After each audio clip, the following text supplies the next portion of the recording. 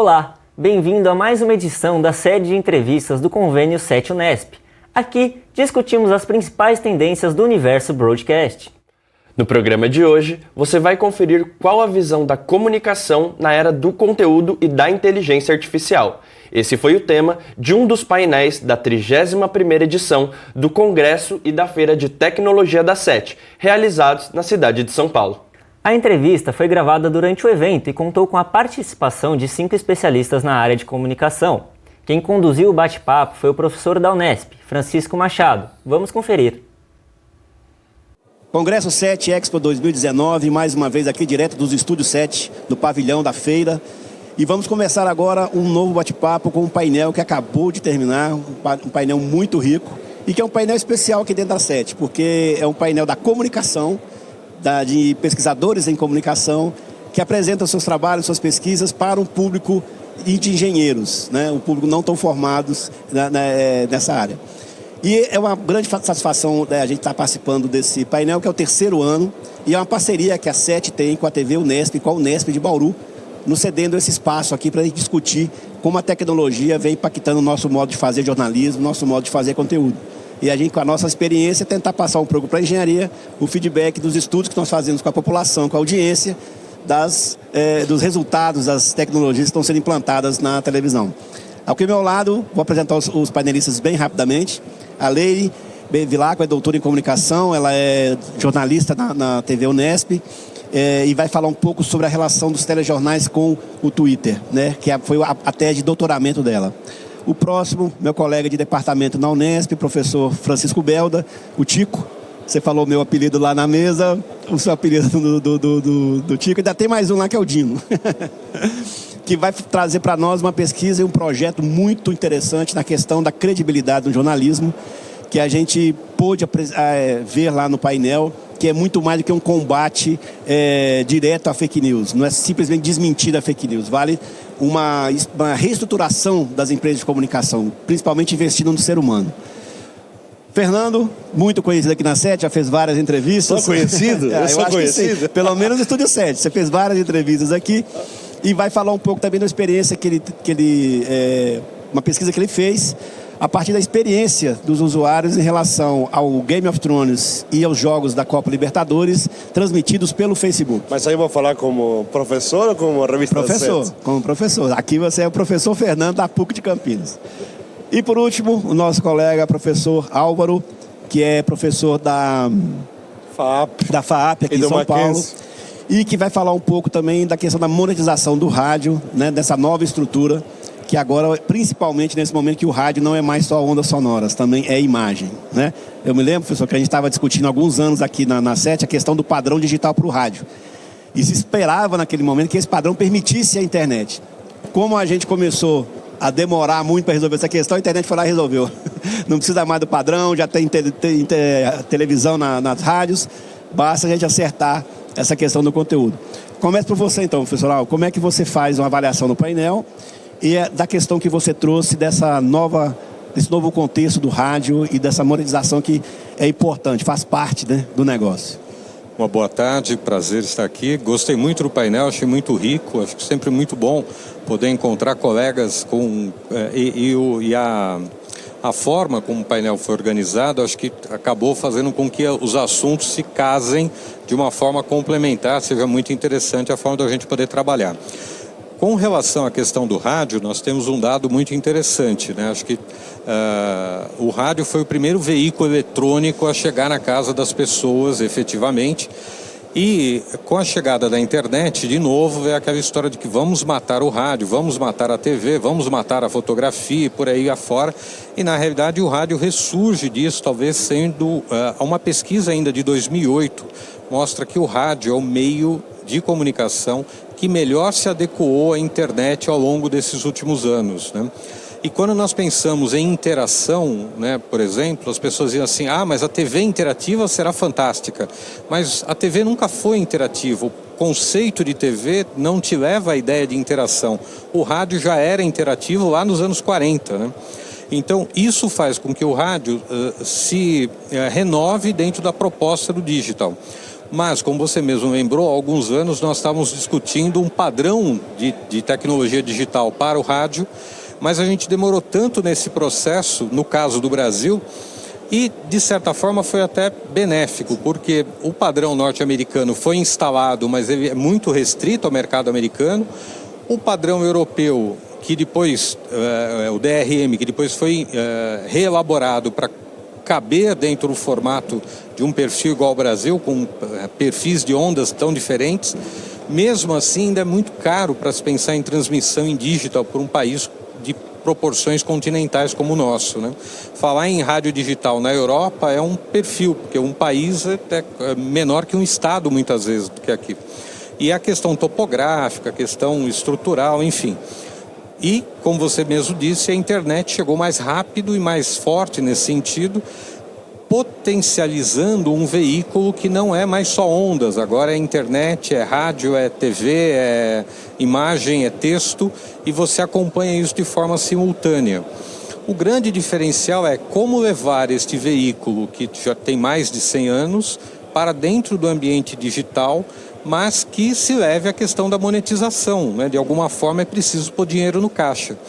E das minhas áreas de pesquisa perpassa pela questão do marketing e da questão empresarial, porque do ponto de vista prático, as emissoras de rádio, não só as de rádio, mas as emissoras de TV, os veículos de comunicação no Brasil, não se veem como empresas.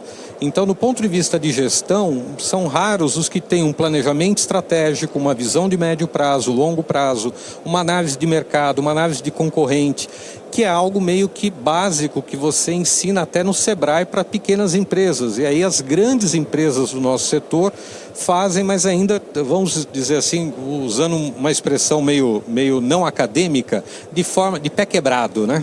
Então, santo de casa não faz milagre. Então, quem está dentro da emissora dá proposta, você, não, veja bem, isso é caro e tal. Conheço emissoras grandes de rádio, de TV, jornais e tudo, que contratam uma consultoria para dizer, às vezes, o óbvio, pagando a peso de ouro para fazer isso, sendo que se você fizer um trabalho de base, você emerge a partir dali com o desenvolvimento de um conteúdo diferenciado. E, ao mesmo tempo, o conceito de mídia de massa também está sendo cada vez mais restrito, né? A grande diversidade é o que vai fazer o rádio, a TV sobreviverem, é o fato da segmentação. Professor, um ponto que o senhor chamou a atenção lá, e como nós estamos aqui entre acadêmicos, que eu achei muito importante, é uma discussão que a gente vem travando lá na Unesp, mas com muita dificuldade. Os nossos cursos de comunicação não preparam gestores. Nós não temos disciplinas, nós não temos situações, mesmo que seja extra classe, de aulas de apoio, aulas optativas, para que o jornalista ou o produtor de conteúdo, no caso do rádio e televisão, saiba quanto custa produzir aquele produto que ele quer fazer.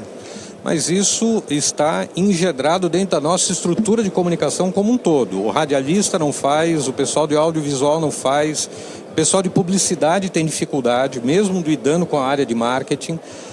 E nós ainda temos uma visão do marketing muito ligado à promoção. Sim. E não o marketing estratégico.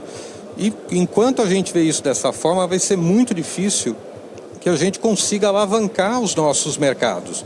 O mercado brasileiro tem um grande potencial, mas do ponto de vista prático, nós ainda temos uma mentalidade do século passado para fazer comunicação para uma geração do futuro. E isso vai ser cada vez mais difícil. E formar essa geração também é cada vez mais complexo. Os cursos de comunicação, indiferente à instituição, eles demandam um tempo de absorção da realidade para reconverter isso em conteúdo. E isso é uma questão que hoje é muito complexa, porque esse tempo de absorção e de efetivação disso em aulas, no momento em que você consegue converter isso em conteúdo de aula, o mercado já se transformou novamente, você precisa... Então, é um processo de revalidação constante, que demanda custo, operação, montagem, é muito complexo, não é algo simples. Professor, e demanda público, porque... E demanda público. Compartimos o curso de pós-graduação em produção executiva da televisão, que basicamente trabalhava essa questão. Sim. De como que você aprende a fazer um programa e a monetizar o programa e a ver como é a produção. E a questão que acontece é que, por um lado, também a academia propõe, mas do outro lado falta a outra volta, que terá alunos para isso? Sim, e aí tem um dado interessante, esse perfil de público mais jovem hoje também não tem fôlego para cursos longos. Então, cada vez mais nós precisamos repensar o conceito de graduação, porque curso de graduação em 4 anos, para um público que está acostumado a ser um tutorial no YouTube muito rapidamente, é muito difícil. E aí não tem um juízo de valor, né? Não é um juízo de valor se é bom ou se é ruim aprender pelo YouTube. O fato é que é uma geração que é assim, nós precisamos nos reinventar como professores, como instituição, né? As instituições também não estão preparadas para dar cursos mais rápidos, mais eficientes. E eu costumo brincar que os alunos também chegam com outro perfil. Antes nós chegávamos, a nossa geração chegava na universidade com um perfil já assim, vou para o mercado e eu quero trabalhar nesse mercado, então me ajude a pensar o mercado. Hoje eles chegam assim, o que eu faço para trabalhar efetivamente? Me dá a receita de bolo que eu vou embora. E a questão da reflexão fica em segundo plano.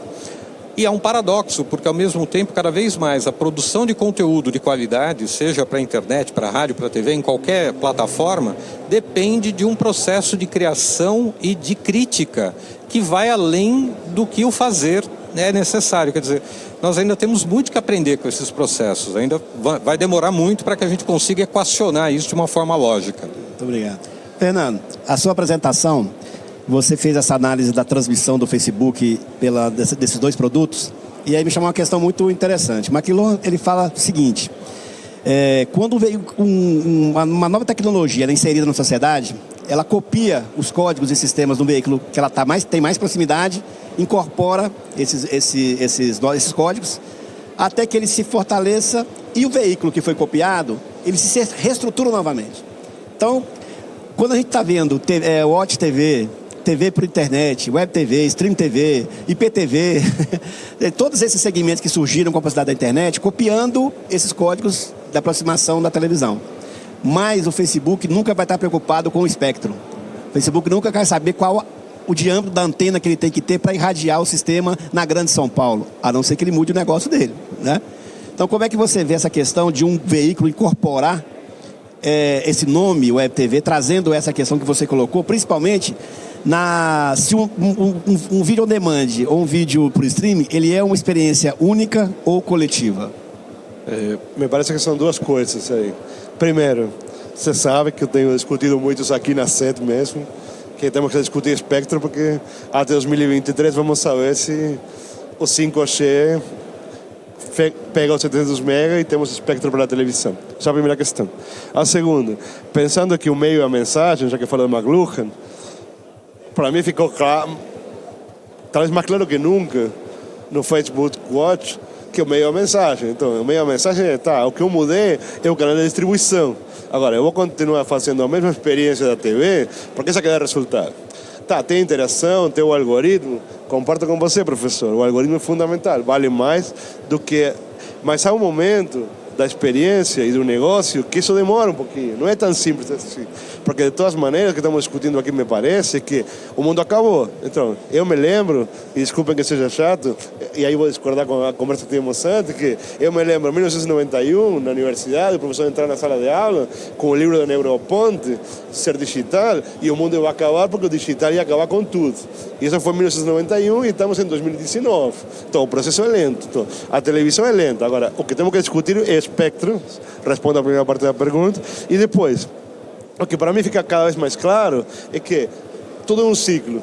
Eu posso assistir 20 milhões de séries aqui, certo? Agora, quando é relevante e eu preciso comentar, eu quero ver ao lado. Então, a tela é fundamental. E TV, eu aprendi TV, que é olhar a distância. E eu preciso olhar a distância e ter uma experiência à distância. Então, ontem, por exemplo, na mesma conversa que eu citei na palestra, os dois youtubers me disseram uma coisa. Cara, por que você compra... Minha mulher fala, por que você comprou uma TV 65 polegadas? Eu falei, você comprou uma televisão 65 polegadas porque eu acho que você quer ter a experiência de assistir à distância. Quando você quer fazer sozinho, pega a sua tela.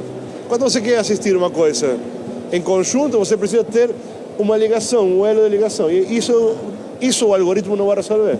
Agora, a questão é coletivo, é individual? Eu acho que ambos. Depende do momento. Quando eu estou sozinho, eu ontem, por exemplo, acabou a feira, E eu confesso, eu peguei o Fox Sport Play e queria saber como estava meu time de coração que estava jogando na Libertadores. E eu assisti porque era a forma que eu tinha. Se eu estivesse em casa, eu estaria assistindo na TV. Agora, nesse momento, estava aqui. E aí, na sala de imprensa, porque tinha outras pessoas, vieram assistir o jogo na telinha. Era pequena, mas virou uma questão coletiva. Então, depende do momento. É como o cinema. O cinema não acabaram nas salas de cinema? Não, temos IMAX. Estive agora em Miami semana passada, não entrei porque era muito caro, mas tinha era muito caro, $25,9 para assistir uma sessão. Mas era uma sessão de IMAX com uma super tela gigante. E as pessoas pagam $26 para entrar. $26, se fosse uma real, é muito caro. Agora, se existe, é porque há pessoas que aceitam que a experiência continua sendo num lugar determinado para um momento determinado. E aí é coletivo, tá? Você não fala com quem tem ao lado, mas você vai a um lugar para assistir essa questão. E aí a última coisa que falo para fechar. Pensa assim, quando eu dou aula na universidade, eu mostro a chegada do trem à estação. Os meninos ficam olhando e falam, professor, mas isso assim começou? Eu falei, O problema é que quando começou, a pessoa pulava da cadeira, porque pela primeira vez um trem entrava na casa dele, na sala dele. Nós estamos nesse processo, estamos nos acostumando a ver. O que vai acontecer? Não sei. Se eu soubesse, sempre falo, estaria na Disney, estaria ganhando muito dinheiro. O que eu olho é o mundo em transformação. E eu fico feliz por participar dessa história. Mas também fico triste, porque parece que televisão é como futebol. Se você gosta, está falando de uma coisa que já está de moda. E a televisão não está de moda. A televisão continua sendo relevante, importante, fundamental. Tanto é assim que estas pessoas estão aqui em uma feira de televisão. Professor, e o consumo ele pode ser individual e coletivo ao mesmo tempo, também por intermédio das redes sociais, né? Exatamente, sem dúvida. De fato, eu ia falar isso, depois não falei. O Facebook Watch, ele faz uma coisa que eu achei incrível, que não sei se alguém já fez, você pode criar uma party. Sabiam disso? O que é uma party? Você convida seus amigos a assistir no Facebook ao mesmo tempo o mesmo conteúdo, não no mesmo lugar. Então, é coletivo. Welder, confesso que fiquei muito feliz de conhecer o projeto, apesar de você estar na Unesp, mas ficar muito feliz de um professor, nosso colega do nosso departamento, puxando a sardinha para o nosso lado da Unesp, à frente de um projeto tão complexo, tão grandioso como esse que você está à frente, coordenando, que tem tantas implicações. E uma coisa que me chamou muita atenção é que o combate à fake news não pode ser notícia verdadeira combatendo a falsa. Não basta ser só isso, né? Então, queria que você explicasse um pouco, se você puder, né, em poucas palavras, eu sei que é complexo, mas para a gente entender esse fenômeno, e que eu acho que é um fenômeno até positivo, porque ele fez com que os meios de comunicação reagissem a essa questão. Mas uma reação consciente, uma reação por parâmetros científicos, por dados, coleta de dados. Então, fiquei muito feliz mesmo, parabéns pelo projeto. Eu que agradeço a oportunidade de divulgar o nosso trabalho aqui nesse evento tão importante, ao lado de colegas também tão talentosos. O tema das fake news, ele começa a ser enganoso pelo próprio rótulo, né? Nós acreditamos que não existem notícias falsas. Se é falso, não é notícia. Se é notícia, não é falso, ou pelo menos não deveria ser. O jornalismo tem, antes de tudo, um compromisso com a realidade. O termo fake news acabou, obviamente, se popularizando muito mais pelas iniciativas de políticos que o usam para rotular de falso as notícias que os prejudicam, que de alguma forma eles não querem que sejam publicadas. De qualquer forma, é importante entender o fenômeno da desinformação, dentro do qual as chamadas fake news são um dos modos de se enganar e de produzir confusão no âmbito da opinião pública. Existem conteúdos enganosos de várias formas, a começar pelo discurso do ódio, que não é necessariamente um discurso falso, mas que se vale dos meios digitais da informação para promover confusão e muitas vezes depreciar a reputação, caluniar. Então esse é um fenômeno complexo que precisa ser compreendido na sua completude. E é importante também entender que o combate às assim chamadas fake news não se dá apenas no âmbito do jornalismo, se dá também no âmbito da educação. É necessário estabelecer algum alicerce mínimo a partir do qual nós possamos confiar não apenas nos meios que utilizamos, até porque são apenas veículos e plataformas, mas também nas fontes que selecionamos. Por isso nós criamos um projeto capaz de distinguir o jornalismo profissional, aquele que tem um compromisso e uma responsabilidade, antes de tudo ética, com a produção da notícia, de outras formas de comunicação que mimetizam o formato e a linguagem do jornalismo, mas que não compartilham das mesmas premissas, das melhores práticas. Por exemplo, não praticam um código de ética, não fazem errata e se corrigem quando necessário, não identificam a autoria dos seus conteúdos, não distinguem o que é informação do que é opinião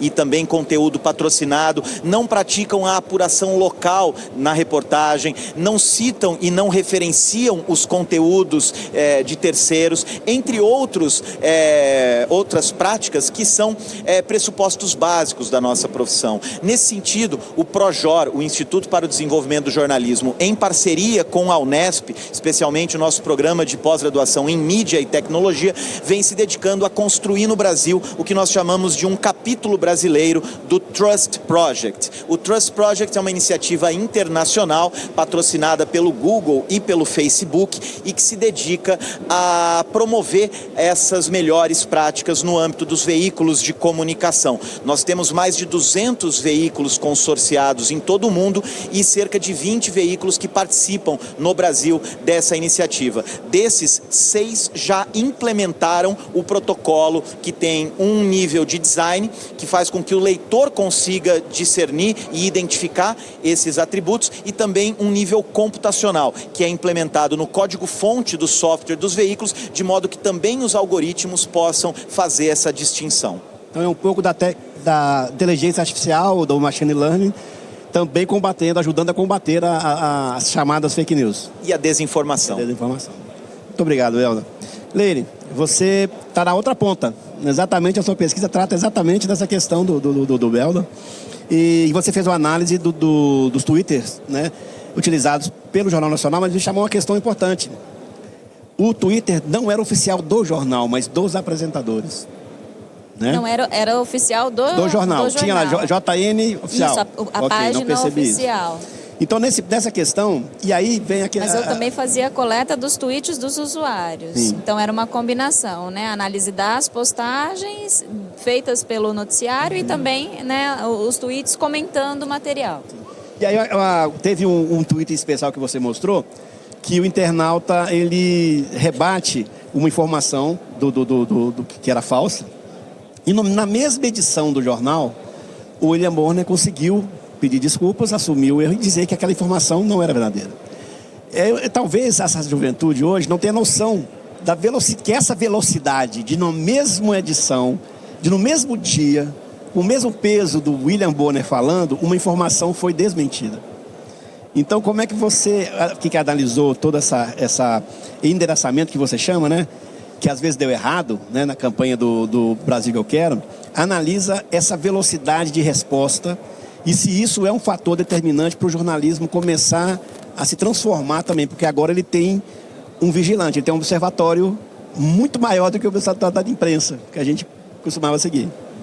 Eu acredito que essa agilidade veio justamente em resposta ao comportamento dos telespectadores e dos usuários que estavam acompanhando, né, o telejornal e viam essa informação e já se manifestavam, né, num fenômeno muito rápido.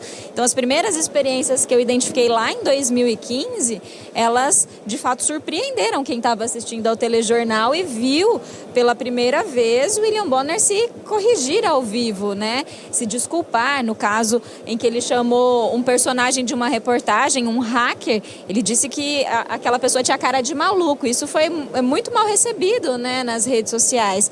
As pessoas se impactaram não só pelo que ele disse, mas pela resposta ter vindo pela primeira vez dentro, né, do telejornal. Então, eu acho que vendo esse comportamento nas redes, do quanto as pessoas já começavam a conversar sobre o conteúdo do jornal, né? O jornal precisou se posicionar em relação, né, a esse tipo de comportamento e demonstrar que a proximidade que ele almejava era justamente essa, né, de desempenhar a mesma prática que estava sendo vista nas redes. Então, se as pessoas se manifestavam rápido em relação a um conteúdo que estava sendo veiculado, o jornal também precisava dar a mesma resposta rápida na mesma edição. E o que a gente via de erros, de correções, de erros de informações, muitas vezes vinham 2 edições depois, né, com aquele comentário, olha, nós informamos na edição do dia tal, né? E aí passou isso a acontecer na edição do mesmo dia. Então, realmente, eu acho que surpreendeu tanto os usuários, né, dos sites de redes sociais, mas também, inicialmente, surpreendeu a equipe que precisou adotar essa postura e se posicionar. Queria fazer uma pergunta. Você não acha que há uma questão complexa na rede, que o jornalismo e a mídia ainda não conseguiram entender o perfil dentro da mídia? Porque o que acontece para mim, é uma percepção que eu tenho, é que quando o JN tem o Twitter, ou tem o Instagram, ou tem o Facebook, ele passa a ser não o JN, sino um usuário e um perfil dentro da rede, e não a ser...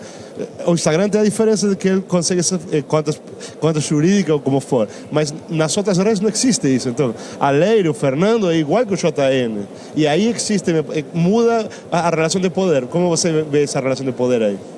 É bem complexo. Eu observei em alguns tweets que as pessoas até nem acreditam quando uma postagem delas, por exemplo, é mencionada dentro do telejornal. Então, muitas vezes, elas se surpreendem e aí os comentários começam a ser em razão do que foi, do que entrou para o noticiário. Então, por exemplo, o William Bonner responde a um comentário em específico, né? E aí ele, a figura institucionalizada do Jornal Nacional, ele vai até a rede social, né? E responde para um determinado usuário, faz uma determinada colocação. É um motivo de surpresa, porque as pessoas não esperam esse comportamento. Por anos ele foi distante, né? Então eu acho sim que é um momento ainda de acomodação e de perceber essas novas relações, né? Os comentários que são feitos em relação ao jornal, quando ele devolve, eu acho que ainda é um terreno que está se solidificando ainda. Bom, meus amigos e minha amiga, obrigado pela presença de vocês aqui, de se estenderem um pouco mais do debate para poder a gente conversar aqui. Mas antes da gente encerrar, o Fernando vai falar, porque ele não aguenta ficar sem falar. Não, eu queria falar porque é uma coisa importante que temos que dizer aqui, que se tudo isso existe, é porque, além de ser amigos, existe uma parceria e uma entrada, né? Ou seja, a Unesp e a revista, ela tem uma parceria muito importante. Então, esta parte, para mim, é muito importante, mas também é muito importante a outra, a dos meninos que estão aí fazendo matéria para a revista e criando jornalistas que têm a ver com tecnologia. Não, eu sei que falo muito, mas é importante para nós, porque nós criamos um espaço que não existia. Isso mesmo. Belda, só para a gente terminar, eu gostaria que você passasse um contato, um endereço eletrônico, de alguma forma que as pessoas que estão assistindo em casa pudessem ter mais informação, até mesmo do manual que você já tem disponível no e-book, para que esse jornalismo não fake news ou... Como é que... A pergunta então é essa, como é que tem que ser chamado então? Se não é fake news, é o quê? Olha, nós chamamos de desinformação, conteúdo enganoso. Para quem se interessa pelo tema, visite o nosso site institucional, é o credibilidade.org, e nós criamos também um manual que instrui jornalistas, comunicadores a adotar essas melhores práticas, é o manualdacredibilidade.com.br. Ok, mais uma vez, muito obrigado. Continue com a gente, temos mais algumas entrevistas nesse último dia de SET Expo. Até lá. Por hoje é só. Para rever essa e outras entrevistas da série, acesse o nosso canal no YouTube. Ou então, siga o perfil da TV Unesp nas redes sociais. A gente se vê. Tchau, tchau.